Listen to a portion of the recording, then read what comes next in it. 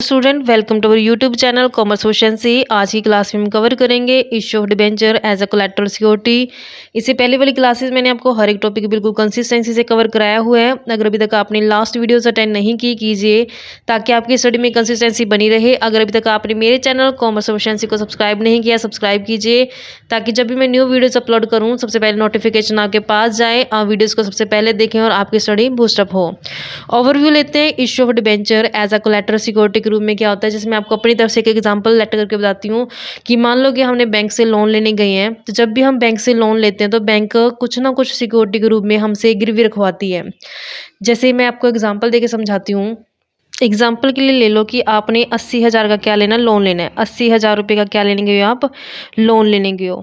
तो बैंक पता है क्या करती है कि बैंक कम से कम आपसे 1.5 लाख या फिर 1 लाख तक का क्या करती है, कुछ ना कुछ एज अ सिक्योरिटी के रूप में गिरवी रखवाती है। सिक्योरिटी के रूप में जैसे मान लो एग्जाम्पल के लिए आपकी लैंड या फिर कुछ मशीनरी या फिर कुछ गोल्ड या वट कुछ भी हो, अपनी फिक्स्ड एसेट। तो यहाँ पे जब मेन सिक्योरिटी के साथ कई बार आप एज अ सेकेंडरी या फिर सब्सिडरी सिक्योरिटी के रूप में, जैसे अब यहाँ पे कंपनी ने क्या किया, डिबेंचर्स गिरवी रख दिए। तो जब कंपनी क्या करती है, मेन सिक्योरिटी तो उसकी है, जैसे अपनी लैंड रख दी गिरवी या फिर मशीनरी रख दी। उसके अलावा जब वो कुछ एडिशन में एज अ सब्सिडरी या फिर सेकेंडरी सिक्योरिटी जो रखते हैं गिरवी, उसको क्या बोलते हैं, कोलैटरल सिक्योरिटी बोला जाता है। यानी कि मेन सिक्योरिटी के साथ जब एडिशन, सब्सिडरी या सेकेंडरी सिक्योरिटी गिरवी रखा जाता है उसको क्या बोला जाता है, कोलैटरल सिक्योरिटी बोला जाता है। बुकिश एक्सप्लेनेशन कहती है sometimes when a company take a loan from a bank, कहते हैं जब कंपनी कई बार क्या करती है, बैंक से लोन लेती है और फ्रॉम सम अदर पार्टी से लेती है, the company may have to issue debenture as a subsidiary. कहता है उस टाइम पे कंपनी क्या करती है, डिबेंचर से इशू कर देती है एज अ सब्सिडरी या फिर सेकेंडरी। सब्सिडरी सहायक बोल दो, सेकेंडरी यानी मेन के साथ जो दूसरे नंबर पर रखे गया वो उसको क्या बोलते हैं, सेकेंडरी। यानी कि मेन सिक्योरिटी के साथ जब उसने एक एडिशन में सब्सिडरी या सेकेंडरी सिक्योरिटी रखी गई है, in addition to the principal security, यानी मेन सिक्योरिटी के अलावा जब उसने कुछ अदर सिक्योरिटी के रूप में, जैसे यहाँ पे डिबेंचर्स गिरवी रख दे तो उसको क्या बोला जाएगा, कोलैटरल सिक्योरिटी बोला जाएगा। In other words collateral security मतलब क्या होता है, ये सेकेंडरी सिक्योरिटी होती है, किसके अलावा, प्रिंसिपल सिक्योरिटी के अलावा। जैसे आपने लोन लिया है, मशीनरी गिरवी रख दी, मशीनरी तो आपकी क्या होगी, प्राइमरी सिक्योरिटी होगी या प्रिंसिपल सिक्योरिटी होगी। उसके अलावा आपने क्या रख दिया, डिबेंचर्स को गिरवी रख दिया, तो डिबेंचर्स क्या कहलाएंगे, कोलैटरल सिक्योरिटी कहलाएंगे। द बैंक और the other person to whom such debenture are issued as a collateral security will not be entitled to any interest on this debenture. जब डिबेंचर्स को गिरवी रखा जाता है बैंक के पास लोन लेने के बदले, तो उस केस में बैंक कंपनी से इंटरेस्ट लेने की डिमांड नहीं कर सकती, क्योंकि डिबेंचर्स इशू नहीं किए, डिबेंचर सिर्फ कोलैटरल सिक्योरिटी के रूप में रखे गए हैं। इसी कारण से कंपनी से बैंक का जो इंटरेस्ट की डिमांड नहीं कर सकती। They are entitled to get interest on the original loan advanced by them. Interest किस चीज़ के ऊपर ले सकते हैं बैंक, जो लोन दिया गया है, सिर्फ लोन के ऊपर इंटरेस्ट ले सकते हैं बैंक कंपनी से, जबकि डिबेंचर के ऊपर इंटरेस्ट है जो चार्ज नहीं कर सकती बैंक कंपनी से। If A default is made, कहता है अगर मान लो डिफ़ॉल्ट आ गया किस चीज़ में, या तो पेमेंट ऑफ इंटरेस्ट में, इंटरेस्ट पेमेंट करते समय, या फिर पेमेंट ऑफ प्रिंसिपल डेप्ट, जो मेन होता है ना प्रिंसिपल अमाउंट, जैसे 1 लाख 10 लाख या जितनी भी ली होती है उसको प्रिंसिपल बोला जाता है। The lender will first realise its डेप्ट फ्रॉम द प्रिंसिपल सिक्योरिटी। सबसे पहले बैंक क्या करेगी, जो मेन प्रिंसिपल सिक्योरिटी रखी थी, जैसे मशीनरी रखी थी तो मशीनरी को बेच के अपना पैसा पूरा करने की कोशिश करेगी। But if the full amount of डेप्ट इज़ नॉट रियलाइज, अगर सारा पैसा कवर नहीं कर पाई है जो बैंक है, उस केस में फिर क्या करेगी, जो प्रिंसिपल सिक्योरिटी के अलावा जो उसने दूसरी कोलैटरल सिक्योरिटी रखी थी उसके लिए क्लेम कर देगी, क्या बनने के लिए, डिबेंचर होल्डर बनने के लिए। यानी कि जब कंपनी ने डिफ़ॉल्ट कर दिया तो प्रिंसिपल नहीं दिया या इंटरेस्ट नहीं दिया, तो बैंक क्या करती है, जो मेन सिक्योरिटी रखी जाती थी, जैसे एग्जांपल मैंने मशीनरी दिया, तो मशीनरी को बेच के अपना पैसा पूरा करने की कोशिश करती है बैंक। अगर फिर भी बैंक अपना जितना लोन उसने कंपनी को दिया था पूरा नहीं कर पाई, तो फिर क्या करेगी, बैंक क्लेम करेगी कि जो डिबेंचर्स कंपनी के गिरवी रखे गए थे बैंक के पास, अब बैंक कहेगी मैं क्या बन जाऊंगी, आपकी डिबेंचर होल्डर बन जाऊंगी। तो वो क्लेम करना शुरू कर देगी जो बैंक है। As soon as the company pays the final instalment, कहता है जैसे ही कंपनी फाइनल इंस्टॉलमेंट दे देगी लोन की तो अपने डिबेंचर्स को वापस ले आएगी। यानी जैसे अपना फाइनल पैसा सारा चुका दे, कंपनी की तरफ से जितना पैसा बनता था लोन का सारा चुका दिया जाएगा, तो कंपनी क्या करेगी अपने डिबेंचर्स को वापस ले आएगी।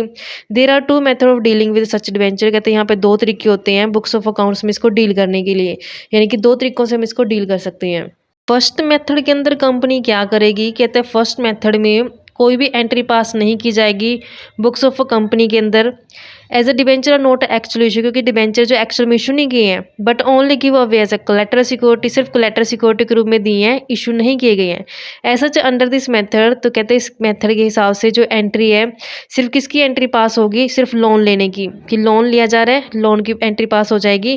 तो जब लोन लिया जाएगा बैंक से तो एंट्री कैसे हो जाएगी, bank account debit to bank loan, क्योंकि लोन क्या होता है लायबिलिटी होती है, लायबिलिटी का बैलेंस क्या होता है क्रेडिट होता है। इस कारण से बैंक लोन को कहाँ दिखाएंगे हम, क्रेडिट में दिखाएंगे। जब बैलेंस शीट के अंदर दिखाया जाएगा इक्विटी एंड लायबिलिटी साइड में बैलेंस शीट के, तो जैसे ही लोन दिखाया जाएगा, क्योंकि लोन क्या होती है लायबिलिटी होती है, तो लोन के ना ब्रैकेट में दिखाया जाएगा कि इसके अगेंस्ट क्या रखी गई है, यानी डिबेंचर क्या रखी गई है, एज ए कोलेटरल सिक्योरिटी रखी गई है। यानी कि जब हम लोन को दिखाएंगे तो उसकी ब्रैकेट में दिखाएंगे कि debenture as a collateral security जो रखी गई है। जब हम प्रैक्टिकल करेंगे उसमें आपको क्लियर हो जाएगा कैसे इसको शो किया जाएगा। सेकंड मेथड आते हैं, कहते हैं इस मेथड के अंदर जो एंट्री होती है डिबेंचर इशू करने की as a collateral security record की जाती है लोन की एंट्री के साथ। जैसे यहाँ पे लोन आया, लोन लायबिलिटी होती है, क्रेडिट कर दिया हमने बैंक लोन को और बैंक अकाउंट डेबिट हो जाएगा क्योंकि बैंक कंपनी के अंदर आएगा। और जब हम एज ए कोलेटरल सिक्योरिटी के रूप में डिबेंचर्स को इशू करेंगे तो उस केस में क्या आएगा, देखो डिबेंचर्स तो हमारी लोन होते हैं, इसको भी क्रेडिट साइड दिखाया जाएगा, लेकिन अब डेबिट में क्या करना पड़ेगा, हमें सस्पेंस अकाउंट ओपन करना पड़ेगा। तो एंट्री क्या हो जाएगी, डिबेंचर सस्पेंस अकाउंट और डिबेंचर, क्योंकि जब हम बैलेंस शीट बनाते हैं तो डिबेंचर्स बैलेंस शीट की लायबिलिटी साइड आते हैं, तो इस कारण से डिबेंचर्स को क्या करना पड़ेगा, क्रेडिट करना पड़ेगा। लेकिन डेबिट में क्या दिखाएंगे, फिर सस्पेंस अकाउंट ओपन करेंगे। कहते हैं बैलेंस शीट के अंदर जो डिबेंचर सस्पेंस अकाउंट है उसको शोन किया जाएगा डिडक्शन करके, किसमें से, डिबेंचर अकाउंट में से। यानी कि इक्विटी एंड लायबिलिटी साइड पे जब डिबेंचर अकाउंट ओपन किया जाएगा तो उस डिबेंचर अकाउंट के अंदर माइनस कर दिया जाएगा सस्पेंस को। As and when the loan is repaid, कहता है जैसे लोन रीपे किया जाएगा तो दोनों के दोनों एंट्री क्या हो जाएंगी, रिवर्स हो जाएंगी, क्योंकि लोन देके यानी लोन जब पे कर दी जाए कंपनी द्वारा तो अपने डिबेंचर क्या कर ले, कंपनी वापस ले आएगी। तो इस केस में फिर दोनों एंट्री क्या हो जाएंगी, रिवर्स हो जाएंगी। एग्जाम्पल की हेल्प से इसको समझने की कोशिश करते हैं। एग्जाम्पल नंबर 18 स्टेटमेंट कहती है कंपनी ने 10 लाख रुपए का 12% डिबेंचर आउटस्टैंडिंग है, उसके पास 10 लाख के 12% डिबेंचर आउटस्टैंडिंग है 1 अप्रैल 2021 के। ड्यूरिंग द ईयर कंपनी ने क्या कर लिया, लोन ले लिया 2 लाख रुपए का, किससे, स्टेट बैंक ऑफ इंडिया से, for which the company placed with the bank debenture, कहता उसके लिए कंपनी ने क्या किया, डिबेंचर से जो 2.5 लाख के एज ए कोलेटरल सिक्योरिटी रख दिए। लोन कितना ले लिया, 2 लाख का, debenture as a collateral security कितने रख दी, यहाँ पे 2.5 लाख रुपए की। कहते पास करें general entry if any also show how the debenture and bank loan will appear in the company balance sheet as 31 March 2022। तो यहाँ पे हम अगर दोनों तरीकों से करें, इसको कवर करने की कोशिश करें तो दोनों तरीकों से इसका क्या रिजल्ट आएगा, तो हम देखते हैं दोनों के दोनों मेथड करके। जब हम फर्स्ट मेथड का इस्तेमाल करेंगे तो फर्स्ट मेथड में सिर्फ एक ही एंट्री हम रिकॉर्ड करते होते हैं, किस चीज़ की, लोन को रिकॉर्ड करने की। तो जब लोन लेते हैं कंपनी तो कंपनी के अंदर क्या आता है, बैंक आता है, बैंक डेबिट हो जाएगा, तो लोन क्या होता है, लायबिलिटी होती है, लायबिलिटी को क्या किया जाता है, क्रेडिट किया जाता है, तो 2 में क्या आ जाएगा, बैंक लोन अकाउंट। तो यहाँ पे कंपनी ने स्पेसिफाई कर दिया कितना लोन लिया गया, 2 लाख रुपए का, और इस तरीके से 2 लाख रुपए का क्या ले लिया, लोन ले लिया।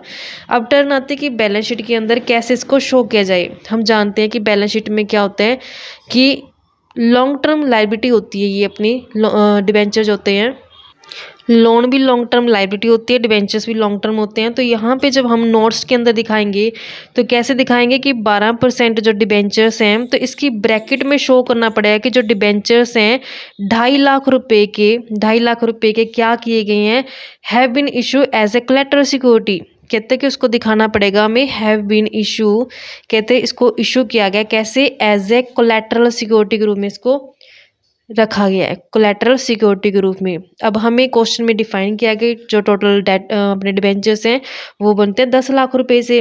अब 10 लाख रुपए तो क्या हमारे 10 लाख तो डिबेंचर्स हैं, अब लोन और लेके आई है कंपनी तो बैंक लोन भी क्या होती है, लायबिलिटी होती है। तो लोन कितना लिया गया कंपनी द्वारा, हमने फर्स्ट एंट्री की थी 2 लाख, तो 2 लाख क्या हो जाएंगे यहाँ पे लोन क्या आ जाएंगे, टोटल कितना हो जाएगा 12 लाख। तो 12 लाख क्या किए जाएंगे, बैलेंस शीट के अंदर इसको शो किया जाएगा।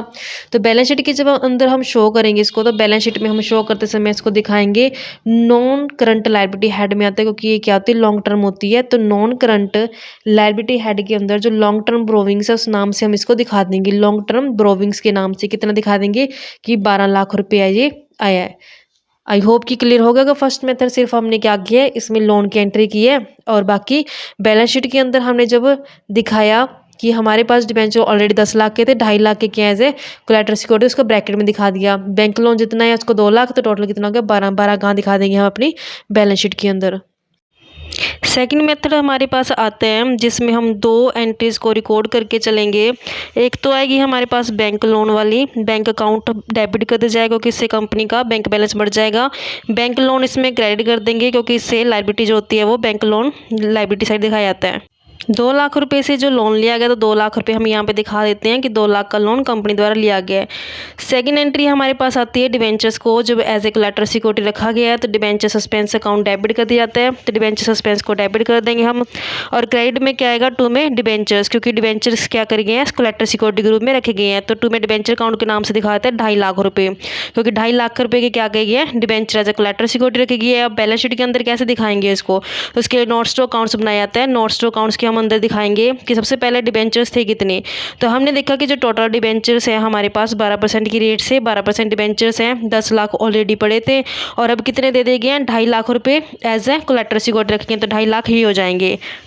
टोटल कितने हो जाएंगे हमारे पास 10 लाख प्लस 2.5 लाख, तो यहाँ पे टोटल हम लिख देंगे करके 12.5 लाख से, तो 12.5 लाख हो जाएगा। जब हमने पढ़ा था थ्योरी में तो हमने देखा कि डिबेंचर सस्पेंस अकाउंट को क्या करते होते हैं हम माइनस करके चलते हैं, तो इसमें से क्या करते हैं डिबेंचर सस्पेंस को हम माइनस कर देंगे। सस्पेंस कितना 2.5 लाख का, तो 2.5 लाख रुपये हम यहाँ से माइनस कर देंगे, तो हमारे पास कितना रह जाएगा, जब हम 2.5 लाख माइनस करें 10 लाख रह जाएगा। उसके बाद हम लोन भी लायबिलिटी होती है, तो लोन को भी हम यहाँ पे दिखा के चलेंगे। लोन कितना लिया गया यहाँ पे 2 लाख का, टोटल कितना हो जाएगा 12 लाख रुपये। तो इस तरीके से हम बैलेंस शीट के अंदर को शो करेंगे जब हम बैलेंस शीट में लॉन्ग टर्म ब्रोविंग्स के नाम से हम इसको दिखाएंगे। तो बैलेंस शीट के अंदर दिखाते हैं लॉन्ग टर्म ब्रोविंग्स कितनी आ जाएगी। लॉन्ग टर्म ब्रोविंग्स हमने जो अभी कैलकुलेट करके चले हैं 12 लाख रुपए से, तो 12 लाख रुपए हमने ये शो कर दिया जो अभी हमने कैलकुलेट किया था। इस तरीके से बच्चे समता आई होप कि आपको क्लियर हो गया होगा। ऐसे ही नेक्स्ट आने वाली क्लासेस में आपको हर एक टॉपिक बिल्कुल कंसिस्टेंसी से कवर कराऊंगी। ऐसे रेगुलर वीडियो देखने के लिए मेरे चैनल कॉमर्स प्रोफिशिएंसी को सब्सक्राइब लाइक एंड शेयर करें।